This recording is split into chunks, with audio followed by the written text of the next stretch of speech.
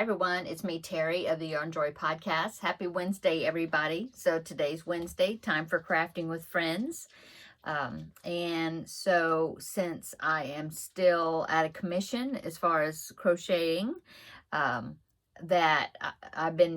Wednesday was the first video in the series. Today's video number 2, a visit to my bookshelf. So I'm just pulled out a few books. I think I've got 5 of them here. 4 of them are more recent, I guess. Some of them I've had a while, but they're kind of more recent. But then one I've like last week I picked out one that I was calling a blast from the past because it was a super old pattern, and some of them I really enjoyed the projects, and so I kept the patterns even though I haven't made them in a long time. But anyway, so I have another blast from the past to show you for today, and I will leave that to the last one. Okay, so the first one is I pulled out an Amigurumi book. I have not made anything out of this book. I keep telling myself I'm going to, but I still haven't. In fact, I believe last year's 2024 yearly goals was to make an item out of this book, and I didn't. But I think the projects are super cute, and I'm one of these days I'll make one. It is the Dress Up Amigurumi book right here. And that is a book by, it's Meteor Books. It's a book by Soledad Silva. And I think I got it off Amazon. So I haven't been putting links to these books, but if you're wanting to one particular book, then I will put you can ask for it in the comments, and then I will look it up and give you the links, okay? I just haven't been putting a lot of links and things in the videos because I'm typing with one hand, as you can see. So, yeah, even that is a little more difficult. Okay, so first book is The Dress Up Amigurumi, and what it is these 4 characters. You have a dog, a deer, a bear, and an elephant right there. So those are like the basic patterns, and then you have throughout the book you have all these different little outfits for them that would fit any of them, okay? And the outfits have a theme to them, and they're just super cute. I mean, this one is like a summer outfit, I guess, and then there's pajamas. This is a little doctor's outfit. That one back there, I'm not sure what that is. A spring dress, I guess. Here you have a workout outfit. And it would be cute if you had like somebody that you wanted to, that had a certain profession, job, career that you would want to make and give to that person. Like there's a chef outfit, I believe. So if you had a chef in your life that you wanted to make an amigurumi for, here's a sailor suit right there. Isn't that cute? Oh goodness. And of course you could do it to any of the animals. There was one in here that I specifically wanted to do last year, and I didn't. Maybe I get around to it. I'm kind of, like I said, out of commission right now. Let me show you. It was a, there's the pajamas. It was a scarecrow. I thought it was really cute, and I thought, well, that would be cute for fall, Let me see if I can find it. Oh, this is a knight. So cute. Very cute. Let me see if I can find it. There's so many. Here's a graduate. I'm looking for that one. The fireman. Where is it? Oh, there's so many cute ones. Oh, here it is. I had passed it. It's a scarecrow. Isn't that cute with the little patches on the overalls? I thought that would be super cute for fall, scarecrow. But yeah, there's some really cute outfits. Seasonal outfits, winter. Let me see. I was going to show you this one in the front. Let's see. Fireman. Oh, look at Cupid. So cute. Cowboy or sheriff. Anyway, really cute book. Yeah. So, yeah, that's book number 1. Dress Up Amigurumi. Get my finger out of the way. Dress Up Amigurumi. Okay. Oh, and I do know Lee Mack. If I think she still has a channel. I'll put it down below in the description box if I can find, if she has it, if I can find it.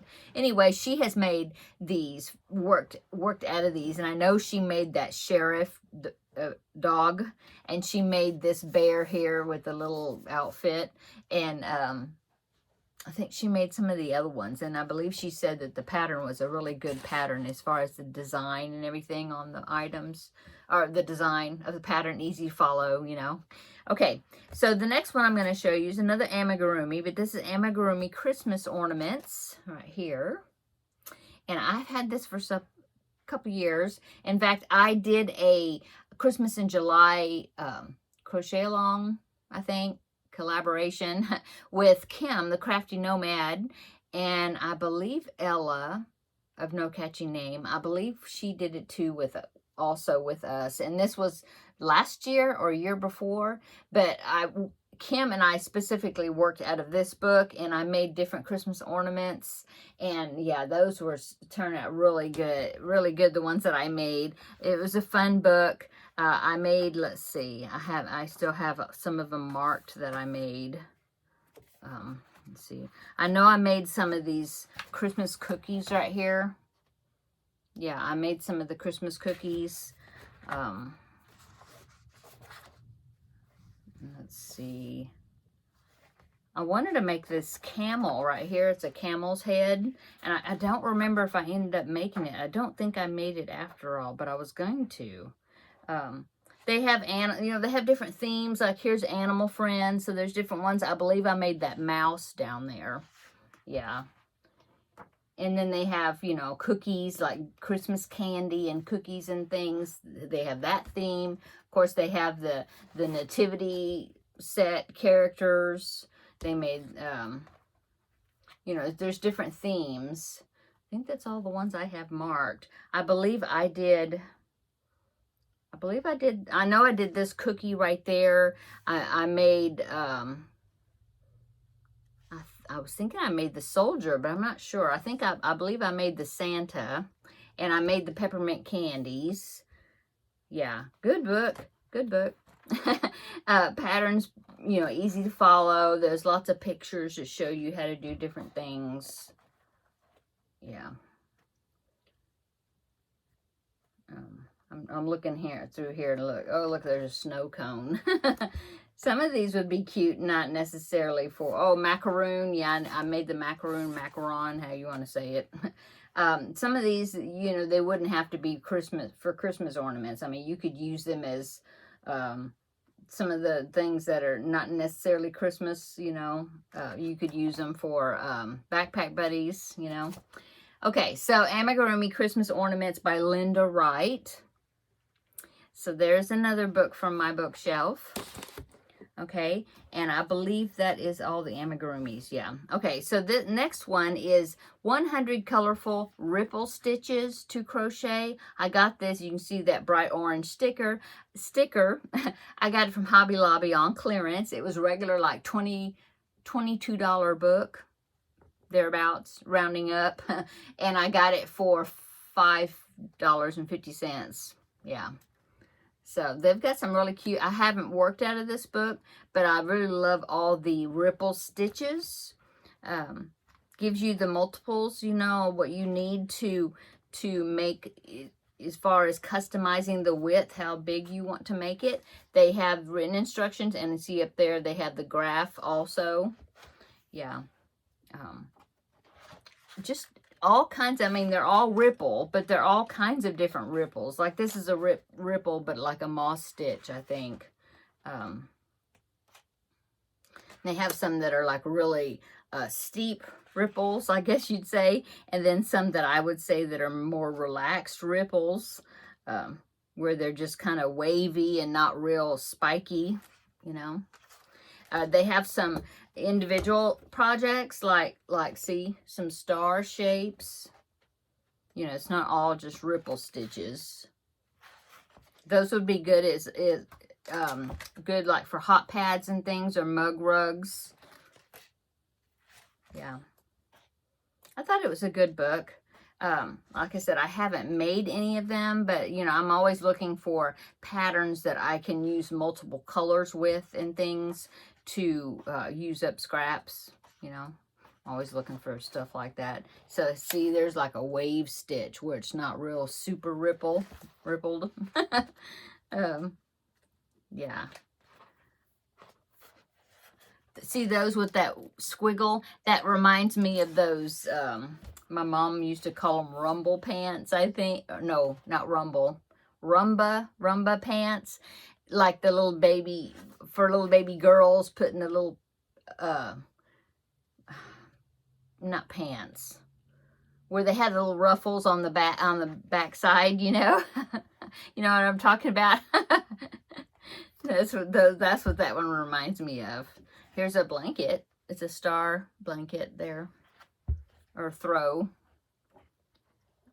Yeah. There was one in here. Oh, this one. It's called Orion's Belt, but I thought that was an interesting pattern. And I was thinking you might be able to, you know, just like keep enlarging it and making it a bigger type project, possibly. Yeah. Okay, so there's that one. Haven't worked any out of it, but I liked having the reference of the stitch patterns. And as you can see it's not all just blanket patterns. I mean, they have like some, what do you call those? Single projects that are not a blanket. Okay, so there's that book. Okay, the next one is... I had to throw this corner in. I haven't made this either, but I thought the designs were really cute. It's by Sarah Zimmerman, which is Repeat Crafter Me, okay? And it's corner lap throws for the family. And so it's, you know, square patterns, and I thought they were all really super cute. Like I said, I haven't made any out of this book.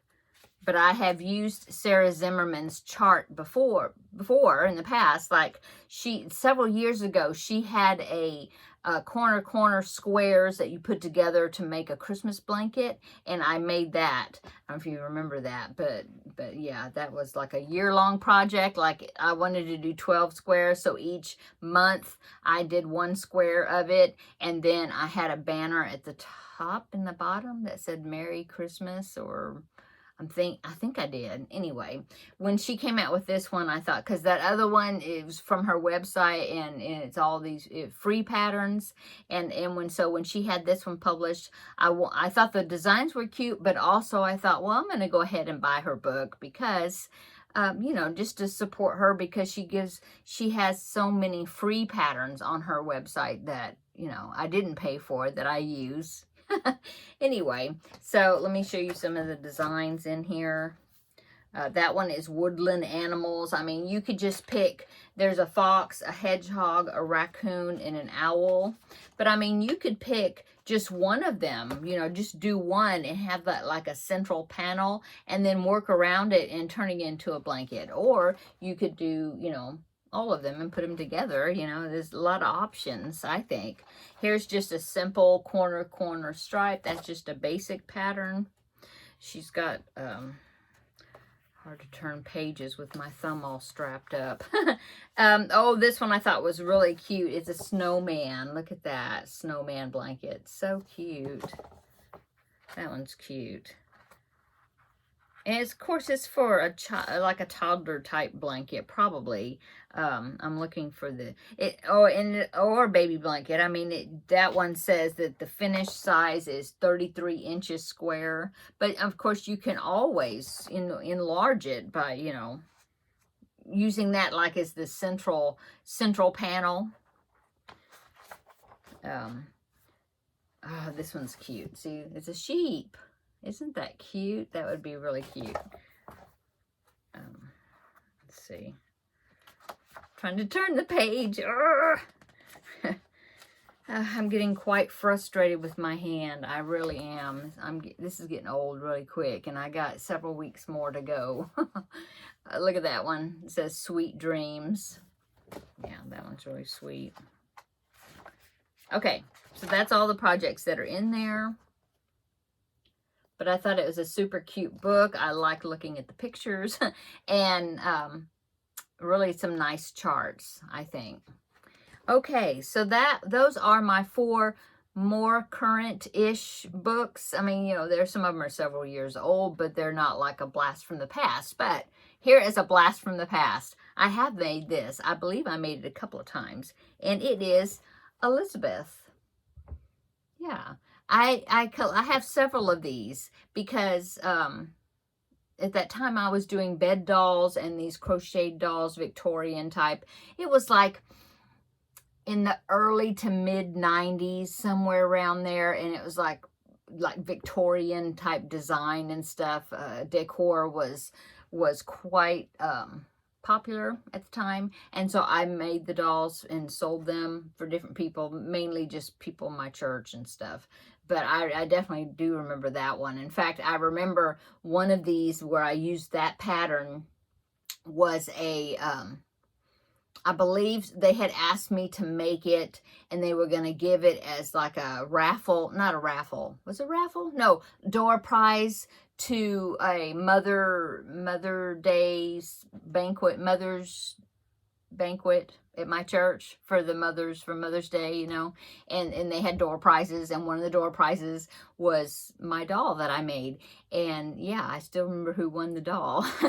So yeah, this one, I used to love making these dresses. You can't find the dolls much anymore. I know Alana with Crochet with Alana, she loves making these dolls, also these retro or vintage type doll patterns, and she will find the dolls at like antique stores and things. As when she travels around, she'll check out antique stores, and she will find these fibercraft dolls, craft dolls, and she buys them, and then she has the patterns also, and she makes them. But yeah, I miss making those dolls. They were fun. Not the dolls, the dresses for the dolls. This one was, I remember that doll. It was called a porcelain look doll by Fibercraft, 11.5 inches. But it was like it wasn't like a Barbie doll, like a teenager. You know, it was like a child, you know. Anyway, I really liked those, and they had different ones where they had like a blonde-haired one and a brown-haired one, you know, like that. Red hair, I remember. But yeah, these were really fun to make. Yeah, I keep thinking I'll go on like eBay or something and see if I can get myself a doll to make one of these again. Like I said, it's a really fun pattern. It's got multiple pages, leaflet, you know, and it was put out by, who is this put out by? Oh, yeah, Fibercraft. I was going to say Annie's Attic, but no, it's Fibercraft. Anyway, I thought I would show you Elizabeth, and like I said, I do have several of these. I kept them, and so I will continue to show you a featured Blast from the Past pattern in these videos. Okay, so what's going on with me? Not a lot. I've been trying to keep myself busy. I'm doing lots of diamond painting. Tomorrow in the regular Yarn Joy podcast episode, I will show you some finished diamond painting projects that I made, or I finished. And yeah, I have some. I started a new one. I'll work on it this evening. I was about to say it might be finished and I can show it to you finished tomorrow, but it depends. I still have quite a bit to do on it, so it may be a work in progress that I show you. But I did finish the Easter one with the bunnies. I finished that one, and so I can show you that one tomorrow.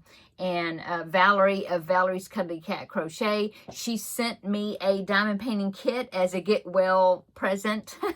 And thank you so much, Valerie. I'm enjoying it so much. I've been working on it. It is it's a mobile, that's got hummingbirds on it. And so you have to do like, there's like 5 hummingbirds in the set, and then you have to do the diamond, you have to put the diamond drills or whatever on both sides, because it's mobile or wind chime. I guess wind chime. Been calling it a mobile, but it's like a wind chimes, but I'm not going to hang it outside. I have a great place to put it, I think. So anyway, I've been working on it, and it's basically finished. I just need to seal. I've done one side of the hummingbirds and I sealed them, and then I did the back side of the hummingbirds, and then I need to seal that side, and then that's it, and then put them together. Of course, my husband will have to help me, because you got to string some beads on the string that the hummingbirds are hanging from. Anyway, it's going to be really cute. And thank you so much, Valerie. I really enjoyed putting it together. And yesterday, my grandbaby was over here. I babysat yesterday he spent the day with me.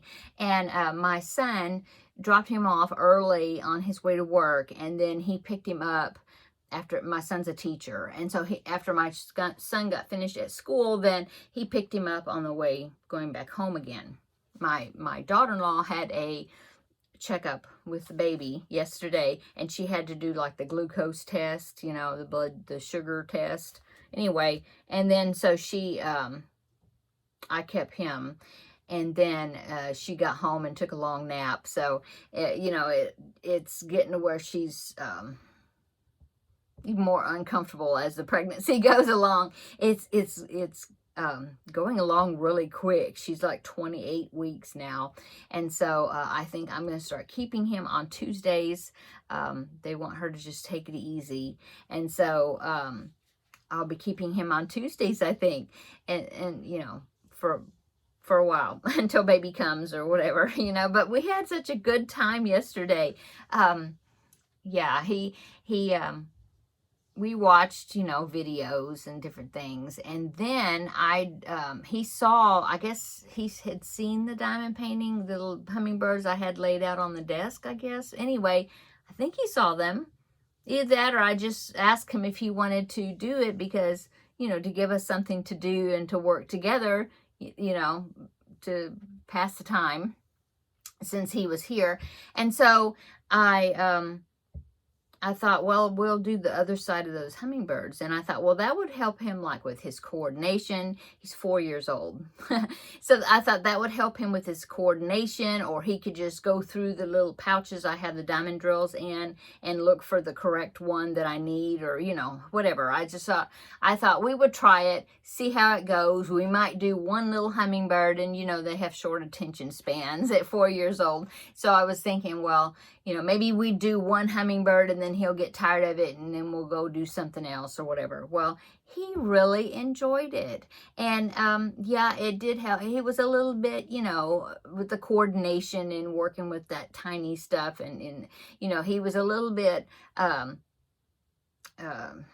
uncoordinated or whatever, but I think it helped him. And we did one, and we did it together, and we sat there at the desk, and it's so cute. He sits there and he hums and sings, while he's working. It's so cute. And so we just had a wonderful conversation, and we were talking about different things, and singing songs. And we were singing Sunday school songs that I knew that he knew from his Sunday school. And we just had such a nice little time. And so we got finished with the one hummingbird, and I thought for sure that he'd be done, like, I'm done with this, and let's go do something else now. But no, he really liked it. No, he says, we got to do the next one, and it was so cute. And then my mom called me while we were sitting there working on those hummingbirds, and I put her on speakerphone so we could sit there and be working on that, and I could be talking to her. And so we were having a conversation, with my mom, but of course my grandson was right there, so he was listening to everything. And we were talking about, I don't know what it was. We were talking about something, and my mom mentioned my husband by name, about something. I don't know. He had done some stuff for her, because we had gone to her house on Saturday, this past Saturday, and he had to fix her ceiling fan. The pull chain had broken off up inside the fan, and so he took it apart and fixed it. Anyway, so I think we were talking about that, and she was saying how she appreciated that he had fixed the ceiling fan for her. And anyway, she called him by name, and my grandson, he started giggling, and he calls my mom, well, all the grandkids and the great-grandkids calls my mom Gammy. And so he started giggling, and he says, Gammy called Opa by the wrong name. And he thought that was so funny. His name is Opa because Opa in German means grandpa. And so that's what he calls my husband. He calls him Opa. And so it was so fun. I mean, he heard it, and he caught that information, that she called him not Opa, and it was so cute. Another time that we were here, and he was in the floor playing with my husband. They were playing checkers, I think. Well, his version of checkers. Anyway, and my husband happened to call me by my name, Terri something or other, and he thought it was so funny, and he looked at my husband, and he says, Opa, no, that's not Terri. And he pointed at me. Her name's Mimi. It was cute. So anyway, he's just so smart. And then we started later, we had taken a break, and I had 2 more hummingbirds left and to do. And so he's like, oh, we need to finish them. And so we sat back down again, and we were, finishing the hummingbirds. And by that time, my husband had come home from work, and so we were there finishing up that project, and we was just talking about different things, and then he started asking me math questions. My grandbaby did. He was saying, Mimi, do you know what 2 plus 2 plus 2 is? And I said, well, I don't know. You better help me. What is 2 plus 2 plus 2? And he said, 6.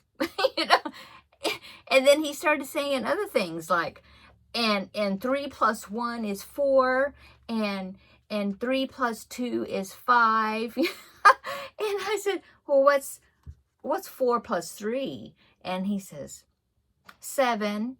And then he says, and Mimi, what is 4 plus 3 plus 2? And I said, well, what is it? And he said, 9, or whatever. 4 plus, is that right? 4 plus 3 plus 2. Yeah. And then he says, what's 4 plus 3 plus 3? And he says, that's 10. And I thought, oh my goodness. And my husband and I were just amazed. We were looking at each other like, oh my goodness. He doesn't go to pre-K, yeah, there was not a pre-K in the area, that he could go, because it was like had to be a private pre-K, which is expensive, and so he's at home. But of course, my daughter-in-law, who is a teacher, a teacher before she had my grandbaby, and so she had been working with him, and so he can read a few words, but I didn't know he knew all that addition. So anyway, yeah, we had such a good visit yesterday with the grandbaby. So that's basically what's going on today. I had a dentist appointment this morning, and yeah, and I came home and just working on some diamond painting projects. And what's for dinner? We have a few leftovers. I'm going to cook a piece of fish for my husband. I'll probably eat some of the leftovers. And yeah, just keeping things nice and easy around here, since I can't do a whole lot with my thumb. But anyway, I thought I'd come on here, have a visit with you all, and show you some more books off of my bookshelf. So come back tomorrow. We will have a visit for the regular Yarn Joy podcast episode. Oh, I finished sewing those animal squares together, so I will have a little bit of yarny content besides the diamond painting projects that I've been working on. So come back tomorrow. We will have another visit in that video, okay? See you tomorrow in the next video. Bye.